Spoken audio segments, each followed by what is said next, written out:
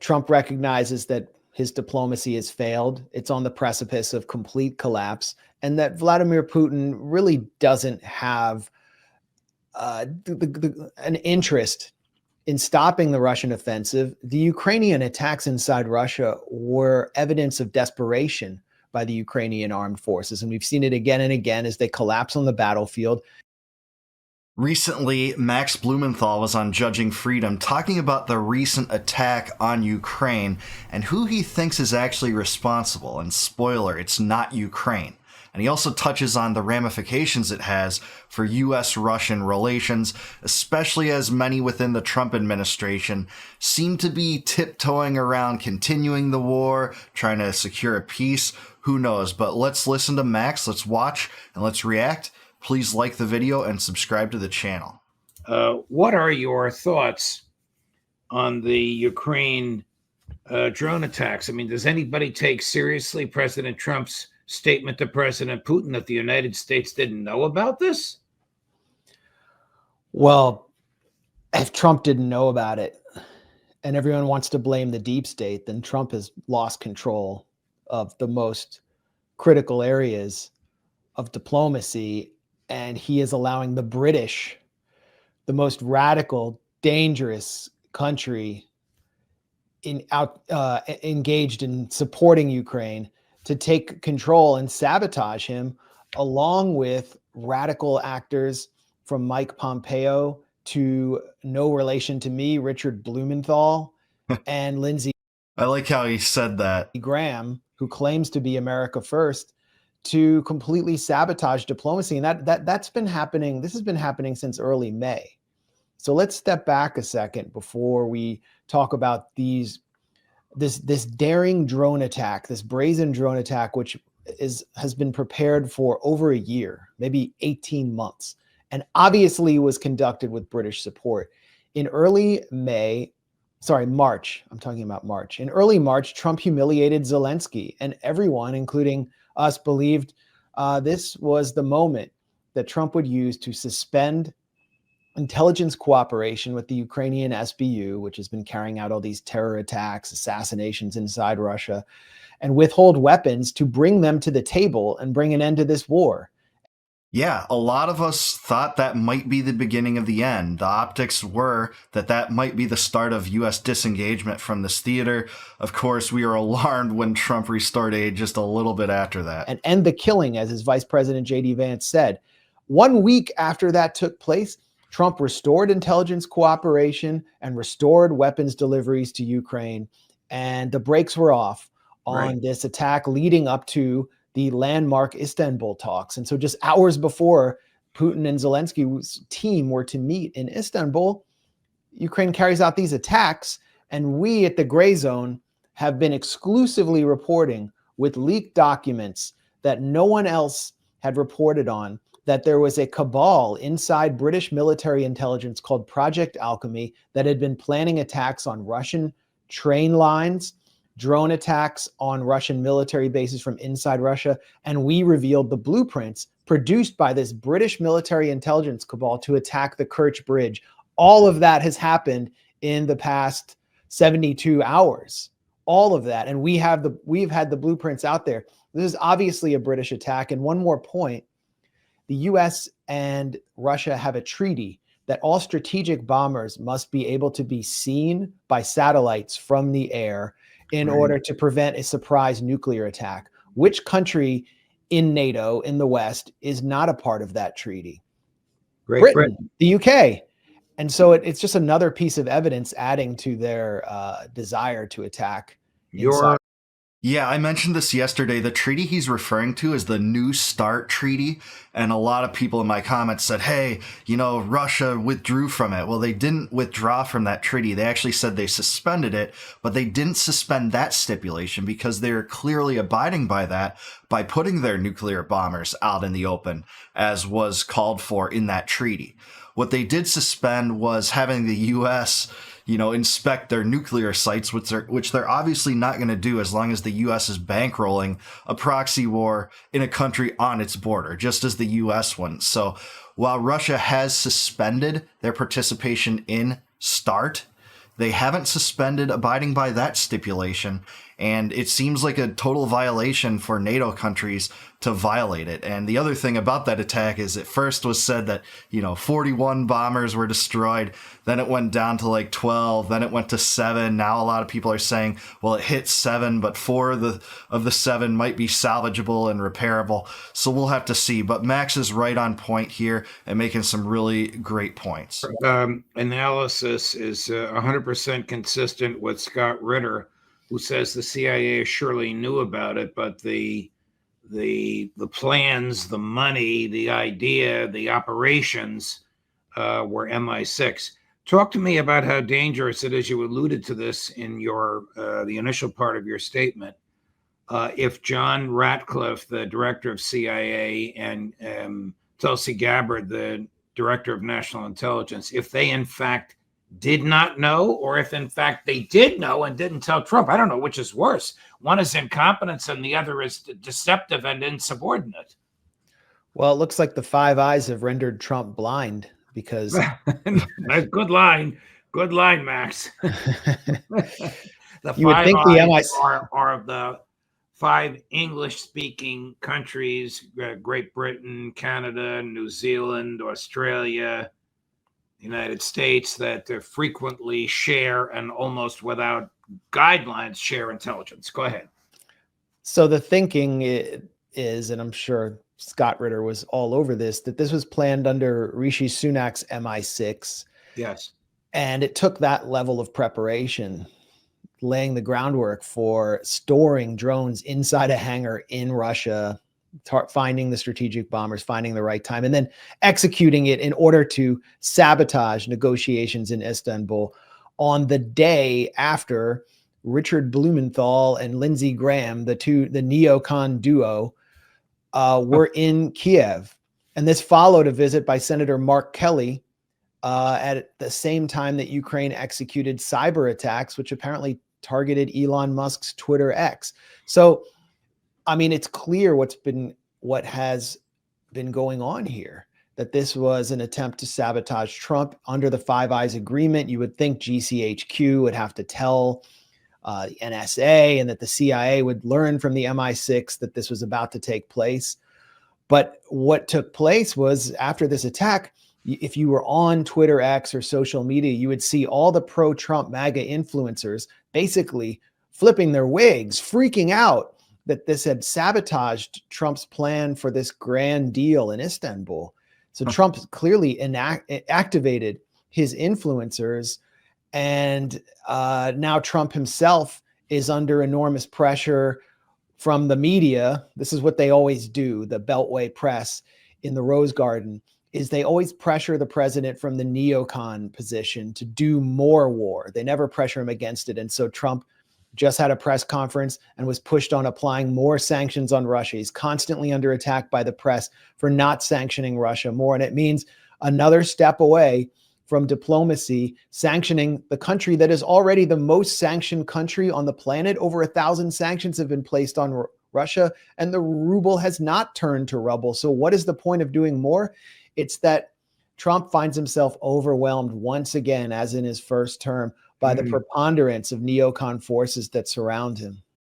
Yeah, talk about sabotage, including Lindsey Graham and Blumenthal in any diplomatic party, talking to the Russians and involving them with the Ukrainians is absolutely insane. I should say, involving them with the Ukrainians. We know that Graham is a pro-Ukraine lapdog of Zelensky. He did have that one time in March early when he said, I don't know if Zelensky's a guy we can do business with. And that floored me. I was shocked he said that. But of course, he turned completely back to the pro-Zelensky standpoint, towing the line of the military-industrial complex, as always, to keep this war going. Now, if it is true that this attack took 18 months to plan, it's even harder for me to believe that the CIA or some element of the deep state didn't know about this, especially when so many opportunities for intelligence to leak were there, opportunities for the U.S. to share intelligence, MI6 or other intelligence services to share it with Ukraine. It's even harder to believe. And again, I said this yesterday, but I'll say it again. if Putin finds out that Trump and his subordinates were in on this and knew about this, it seems to completely derail the prospect of peace, and it could prolong this war much more and possibly lead to a new Russian offensive that may plunge southwest and take Odessa, for all we know. It doesn't seem like this is the kind of thing that will lead to a gradual road to peace, but instead a gradual road to continued war. Did you notice that in the Chris, do we have the full screen of Trump's Truth Social about his conversation with? There it is. It was a good conversation, but not a conversation that will lead to immediate peace.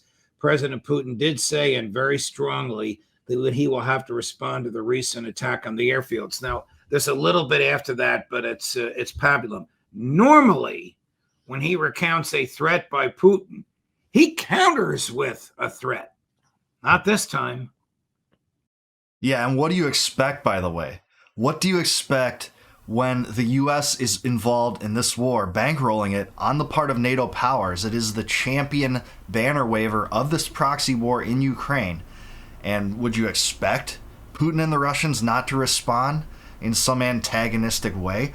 It's insane if you think otherwise. Well, what's the point? I mean, what threat can he enact? Well, the point is that Putin's response in Trump's brain would be justifiable, or Trump knows that we knew about it ahead of time and he better not make this worse. Well, either way, Trump recognizes that his diplomacy has failed. It's on the precipice of complete collapse, and that Vladimir Putin really doesn't have an interest in stopping the Russian offensive. The Ukrainian attacks inside Russia were evidence of desperation by the Ukrainian armed forces. And we've seen it again and again as they collapse on the battlefield. They resort to terrorist-style attacks on Russian infrastructure against Russian civilians. A 7-month-old child had to be medevaced from Bryansk from this train to Moscow to survive the attack. And so if Putin keeps pushing, he will maintain the support of the global South, which he has. If Putin reacts in a hot-blooded fashion and considers these threats to be these attacks to be some existential threat to Russia, he will lose that vital diplomatic support, including from China. And that was the point of these attacks. So it doesn't really matter what Trump says or if negotiations actually go through in Istanbul. And you can see the attitude of Zelensky to negotiations as well, where Zelensky has come out and said, we are not seeking an end of hostilities. We're seeking total victory. He is drunk on the delusions being fed to him primarily by the British and the rest of the European leaders. Yeah, Max is right here. You know, Ukraine has struck targets in Moscow, including assassination attempts of Putin. So whenever they engage in this kind of warfare, it's just kind of designed to take your eyes off of where the battle's actually being fought in the Donbass, which is about 90% controlled by Russia right now, and the Ukrainian gains that they made in the summer of, I believe, 2024 have been completely pushed back by the beginning of this year. They had an offensive that actually went into Russian territory at a time, but it was quickly pushed back.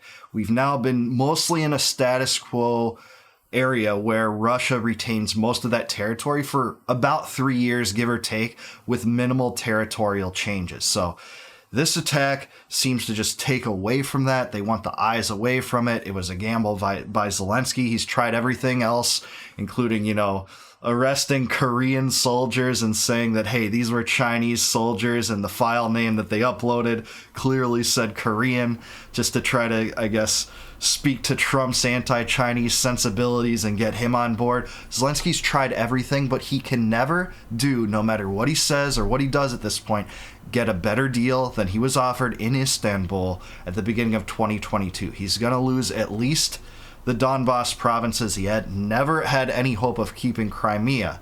But now this could lead to new Russian offenses, and I hope that this war doesn't linger on. There's already been too much bloodshed on both sides. Zelensky keeps trying to extend and expand conscription laws. You have men being pulled away from their livelihoods to this slavery to the state to fight this losing battle on behalf of the military-industrial complex. It's just so futile and evil. Here is somebody that you and I rarely agree with, but on this he seems to be spot on. This is Steve Bannon ripping into Lindsey Graham and ripping into Zelensky for stirring the pot towards World War III. Chris, cut number 7. We can't have people over there telling the Ukrainians that we're going to back more. What we're trying to do is calm this down. What President Trump is trying to say is, like, look, we can't have Lindsey Graham and particularly Zelensky leading us into a third world war with a deep strike into Russia. And Putin came back today and said, hey, we're going to get to the bottom of this, and we're going to see who's accountable in Ukraine and beyond. And that was a message to the United States. What he's doing over there right now is stirring it up. He's giving Ukrainians false hope that we're there to support them on engaging Russia in a kinetic conflict, and we are not. 2 things ought to happen. Either cancel his passport and don't let him back in the country, or put him in jail if he comes back. And people better wake up to the fact that we're getting sucked into this war. If the intelligence community actually did this, this is an act of war against Russia. Did the American people vote to go to war with the Russian people? Yeah, I hate to tell Bannon, though I agreed with almost everything he said there. The U.S. has led Ukraine on the primrose path in the war.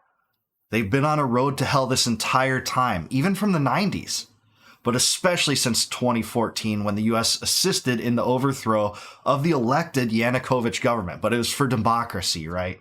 Yeah, it was for bellicose, asinine strategy to antagonize Russia. That's what it was really for. I don't remember a senator trying to conduct his own foreign policy, and then he'll boast, I have 80 votes supporting my legislation to increase the sanctions on Russia. I don't know if this guy is Trump's golf buddy and ear whisperer much longer.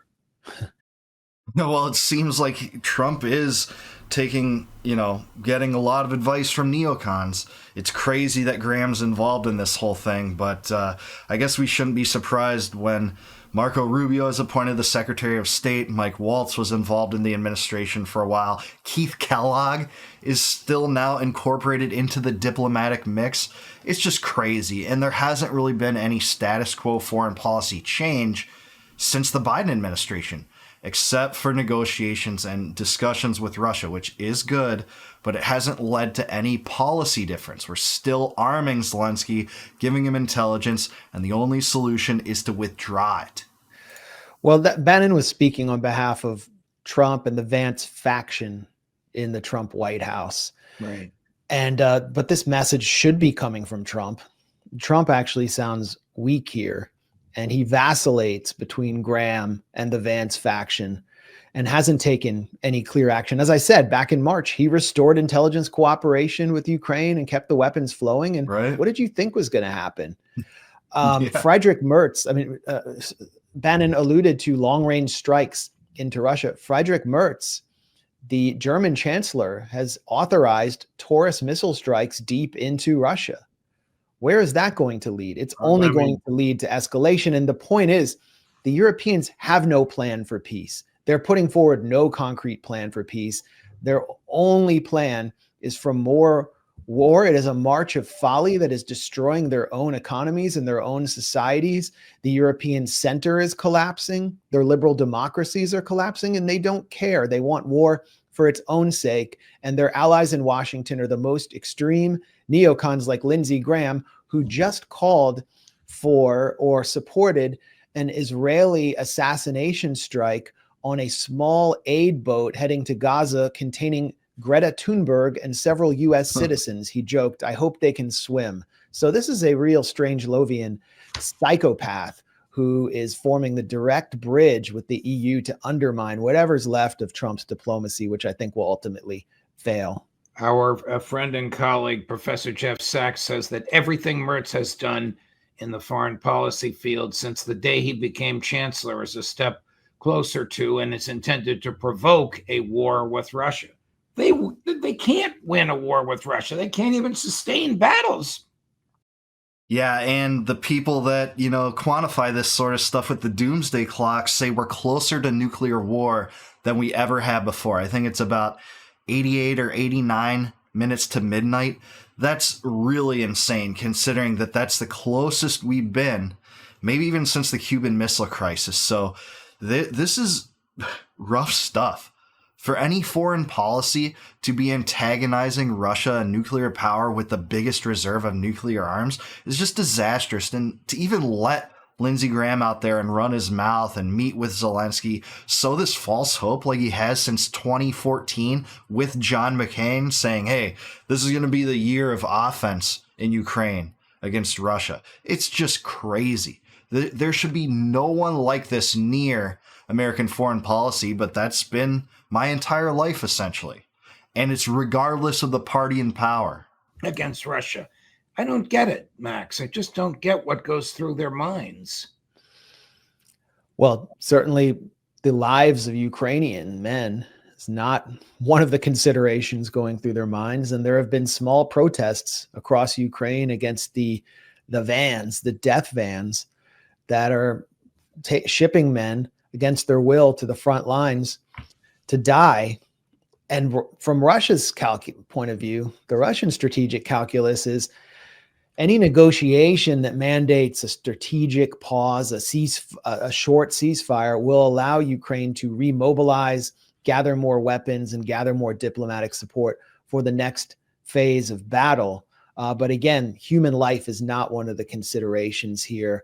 And the West cannot, what they're really afraid of is giving up Donetsk, Lugansk, the other oblasts that Russia has taken, which are majority, where there is a majority Russian population, and accepting defeat after throwing so much wood into the fire. That would, in their minds, contribute to the unraveling of NATO, and they just can't simply allow it. They cannot accept what they would see as defeat, when in fact it's really just a compromise in what was a civil conflict inside Ukraine that they have turned into a global conflict. Yeah, Max is largely right here. He's totally right about how Trump has vacillated in terms of his rhetoric between, the Lindsey Graham neocon faction that wants this war to continue, the U.S. to completely continue to supply Zelensky with arms and intelligence and resources, and what he calls the J.D. Vance wing that seems to desire peace in Ukraine, the Witkoff wing. And, I can't disagree with that at all. The rhetoric has kind of been all over the place. But no matter what the rhetoric is, it doesn't matter. What actually only matters is the policy on the ground. And the policy on the ground has been supplying Ukraine outside of that 1 week window in early March where Trump did withdraw the aid for a time. It's been restored in hopes of this fruitless ceasefire that was never going to happen. And regardless of whether Putin convinces himself that Trump didn't know about this attack or not, it does seem to sabotage U.S.-Russian relations at a time when Trump opened the diplomatic channels that had been closed for 3 years. It seemed like there was a path forward toward peace. But again, the supplies and military equipment and strikes have continued, and Putin knows that the U.S. is bankrolling it. The U.S. and Trump are trying to put themselves in a position, a peacemaker, to secure peace, but they're bankrolling one side in this conflict. And they're not only a belligerent in the conflict, according to Russia, they're the belligerent. They're the overseers of this war. They're the masterminds on the NATO side. So I don't think this war is going to be solved until the U.S.